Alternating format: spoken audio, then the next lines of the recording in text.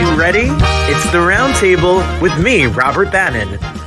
Welcome to the Roundtable, everybody. My name is Robert Bannon. You're listening to us on the Broadway World or the Broadway Podcast Network or on social media. And a couple of months ago when I moved to Detroit, Michigan from New York, everyone said to me, "You're never going to see a show again. You're leaving your whole artistic life away from you. What is going to happen out there?" And guess what? I've seen so many amazing shows, met so many incredible artists, and I've gotten to see. I spent more time at the Fisher than I think at my house. So what's going to happen is the Golden Girls, The Laughs Continue is coming. I see it on the radio. I hear Vince's voice on the radio. I hear his great impression of Blanche. I hear all of, and he's a teacher or was a teacher, and he does art. We have so much to talk about because I'm a teacher, and then I do this crazy thing, and I need to know how to do my Blanche Devereaux impersonation. So if you're in Detroit or in Ferndale, where the gays are, or Royal Oak, where the rest of the gays are, or wherever you are, you need to come on down to the Fisher this coming week. Vince Kelley, welcome to the show. Hi, thank you so much. Okay, so you're officially going to introduce me for anything that I do from now on. That was a lovely introduction. You're hired. Thank you. I'm in. That's all I want. I want to play Stanley Spornak in the Golden Girls. I don't want to fire whoever's doing it, but I'm just excited to hear all about it. No, it's Tommy. He's out. Tommy's gone. I'm going to text him right now. He's out. He's fired. Tommy, I'm sorry, but you can come teach my class instead. He can do that. He is also qualified to do so. So it's a great trait. Are you from Detroit? Yeah, technically I grew up in Fraser on the east side, about 20 minutes outside of the city, but I currently live in Detroit proper. Just got a house this past summer. That's where I'm talking to you now. Me too. I'm in Detroit proper. I got a house this summer. Oh, yeah? Yes. All right. You can come over and have a cocktail and a cheesecake. Yes. Full kiki. All right. Let's go. So you have had your journey. When did you decide you wanted to be an actor? I know I stalked you to get my notes ready for this interview. Oh, I love that. I know that you've done the New York thing. You grew up as an actor. You started acting young, and you worked in there's a lot of theater companies and artistic groups around the Detroit area. And really what's been like for you to get your feet wet and jump into the artistic world, especially in Michigan, and then when you came out to New York? Yeah, I started when I was really young. I was like 7 years old, and it was like a family friend who was doing a show at her high school, and they needed like a younger kid, The Sound of Music. So I kind of, and then I really never looked back. I took it seriously. I had a really great teacher, Mrs. Schmeiser, who really like had a conversation with my mom to say, there's some steps that we have to take if this is what it's going to be like, and help me get into, all the dance classes and voice lessons and stuff. And then, yeah, the progression seemed to make sense. When I graduated, I went to school in New York. I went to AMDA, which is a small conservatory outside of New York. And that's all I'll say about that. And then that, really set you up to be a touring performer, which is what AMDA is good at. So I, went out and I did some national tours.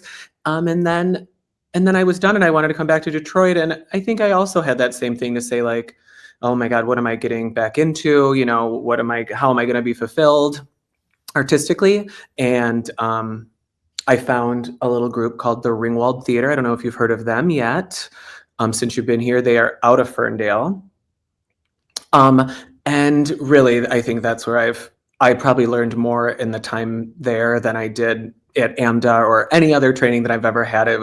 They're a great group of like-minded, very professional performers. And I would say that Blanche is 100% an amalgamation of all the people that I worked with at the Ringwald kind of put together, and it's been great. And that's all right here from Michigan. See, I love that so much. A lot of we don't have to spend a lot of time on this, but a lot of people have been on this show, and a lot of people go to AMDA. A lot of them become drag queens, and. It's so funny. If you would have told me at AMDA that I would be doing this, I would have been like, no. I was just like, I'm a tenor ingenue. That's all I'm going to do. I was like, I would never do drag. And drag really was not drag. I don't like to say drag. I mean, if we're being specific, I like to say that we're just doing female impersonation. Because the drag queen is, as you know, a completely different thing. So The Ringwald is where I started getting those. They cast me as Angel in Rent and Hedwig and Southern Baptist Sissies and some other stuff like that. So that's where I really learned the very specific thing that I get to do in Golden Girls, which is like a loose female impersonation. Gotcha. Yes. So when you talk about Golden Girls, The Laughs Continue, which is coming on the 16th to the 19th to the Fisher. And if you want to get your tickets, go to BroadwayInDetroit.com. Yeah. And the tickets are selling, people. Like, you're going to have over 1,000 people there every single night to see this show, because people are excited. Blows my mind. But it doesn't blow my mind, because you're going to see you all, the four of you plus this cast, but the four of you, and telling these stories. And when I was growing up, I'm 41. When I was growing up, I remember being a kid and watching Lifetime, and it was like Designing Women, The Golden Girls, The Nanny was like a block of time. 100%. And I feel like people my age and time, we were on the Golden Girls. Now the Golden Girls is a thing. Everyone, the gays, the straights, it's everywhere. The most mainstream, yeah. I mean, I even go back a little further. You know, I like to say that I debuted the same year as the Golden Girls. We both came out in 1985. And I would watch it with my grandmother when I was like 5, 6, 7 years old, because they were still on the TV and stuff. And I used to think it was called The Old Lady Show, because that's what I assumed. And obviously I didn't get any of the jokes, but I would watch it with my grandma and she would be cracking up. So I was like, okay, well, it has to be funny if she's laughing at it. So then when it did come around for that second, third life on Nick at Night or TV Land, whatever it was called back then, and now Hulu and stuff. So I've kind of been there from the beginning, and it is fun to see how, could you imagine like 10 years ago, there'd be a whole Golden Girls merchandise stand at Hallmark, where it's just more stuff every year, and now there's a cruise, and now there's the convention, and it is just so enduring. It is so enduring, and it's timeless, and it's so ahead of its time as well in terms of God, 100%. And that's part of it's why the longevity is, because they were so cutting edge at that time. What must be interesting when you're on stage and you've toured with the show and you've done the show around in different places, and it has a life of its own as well, is that you must look in the audience and see grandmas and parents and kids and the gays and the straights and it's really for everybody. Everyone who's over the age of 18 is welcome at the show. But it is. The show, even from my little experience with it is multi-generational. You did watch it with your mom, or you watched it with your aunt or your grandma or something like that, and it's super fun to now see the audience that comes out. It's the same thing. So it's maybe moms who grew up watching the show who now have kids, and they've introduced their daughters to it who are in their early 20s, so they were never even alive when it was on TV, in its main, in its original airing, and now they're huge fans of the show. So it's really special to be a little part of that. So what is that? You're not reenacting an old episode. You're not. No. This is new. That's kind of what separates our show. There's plenty of other Golden Girls parodies around there. I support them all. I love them all. The bigger the Golden Verse, the better. But what's different about ours is that it is an all new original show. We try to take the formula that, worked, so why change it, and just adapt it to 2025. So it is really fun. The audience gets to see that juxtaposition of like the set and the costumes are the same and the hair is the same, but then we're talking about apps and social media and things that they never talked about on the show, but in a way that they definitely would have. So what you're saying is it's 18 and older because it's a little raunchy and fun in 2025. Yes, it's the Golden Girls, but they moved from cable network. Like, they're not on NBC anymore. They're on HBO Max. I'm in. I'll see you there. I'll be there. I'll be ready for it. So how did you find, when you got the opportunity to, the show comes to you, I don't know if you audition or you know people who did it or everybody, you get the part. How do you find your Blanche? As I talked before about, there's a million different other Golden Girls shows around there. The Ringwald that I mentioned before has done a Golden Girls parody a few times before, and it was never my turn. I was maybe a little too young, so I would help out with the costumes or something like that. I was never in the show, but a dear friend of mine, Richard Payton, he always played Blanche, and he has a very specific impersonation of Rue McClanahan. So really, I'm just impersonating Richard, impersonating Rue McClanahan, which is really fun. He's aware of it. He loves it. He's appreciates it. So that's kind of how I do the voice, but in a really funny way, something I learned maybe by mistake. We had our first big break of the show over the summer. We had like 5 weeks off, which was the biggest break I've had not doing the show for 2.5 years now. And when we went to go open it back up in Cleveland for the last leg of the tour that we did, we hadn't done it for all that time, and we had some rehearsals to get back into it. And we were all kind of like, rusty, finding the voice and the pitch and everything. And I was having a really hard time. And I remember texting my partner and I was like, I'm fucked. Like, I don't know I don't know if I can. Again, you could say whatever you want. This isn't good. This isn't good. And Adam turned to me and he said, put your shoes on. He was like, your shoes is so much of your character. And I was like, that's so gay. I was like, I'm not doing it. I put my shoes on. And 2 seconds later, I was like, hello. Like, she was right there. I was like, it was just the shoes. So I say that I'm like, Sweeney Todd is like, when he gets his knife, he's like, at last my arm is complete. So I am the Sweeney Todd of female impersonation with my shoes. Literally, I put the shoes on and I was like, hey girls, I'm back. Here I am. Let's do it. That's all it took. Put the shoes on, and all of a sudden you were Blanche. You were Rue. You're in. Yeah, it was so funny. Oh, I can't believe that you said that the longest break you've had in 2.5 years was this summer. You guys are really on the road. We are really on the road. At the Fisher this Sunday coming up. We're so excited because it's going to be our 300th performance. And really, we only started like 2.5 years ago. So it's a lot. That's a lot. That's really a lot. Well, a lot. That's Murray and Peter have you out here working. I mean, hey, there's a demand for it, so why not? That's right. Let's go to work. Our motto is until the wheels come off. So let's go. Yeah. So it's super exciting, but it's so fun that we get to celebrate that milestone right here in our own backyard. I'm from Detroit. Sophia is from Detroit. Rose is from the UP. We still allow him to claim Michigan. And then the other boys in the cast went to school at Wayne State University. So Michigan is super important to all of us. And never in my wildest dreams did I thought that we would get to do the show at the Fisher Theater. I mean, it's just insane. It's so historic. I mean, like, hello, Dolly. Yep. And now us. It's just crazy.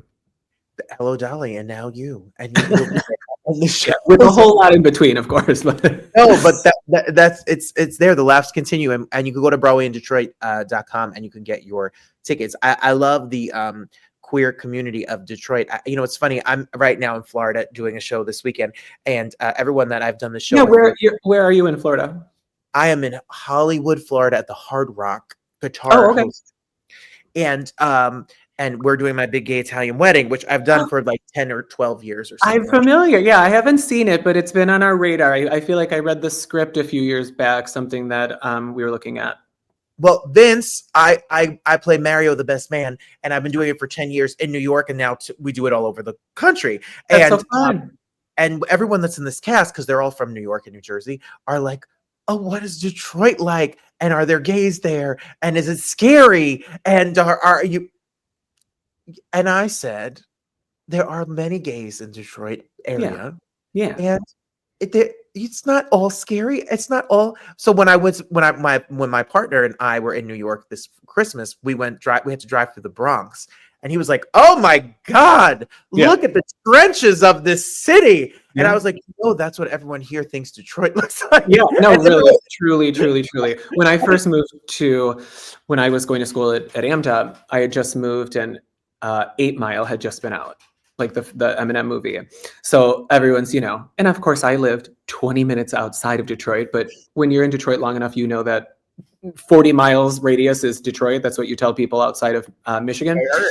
So I would tell kids like, oh yeah, I'm from Detroit. And they were like, it's like 8 Mile, the movie. And I was like, yeah, that's my childhood to a T. Exactly. 100%.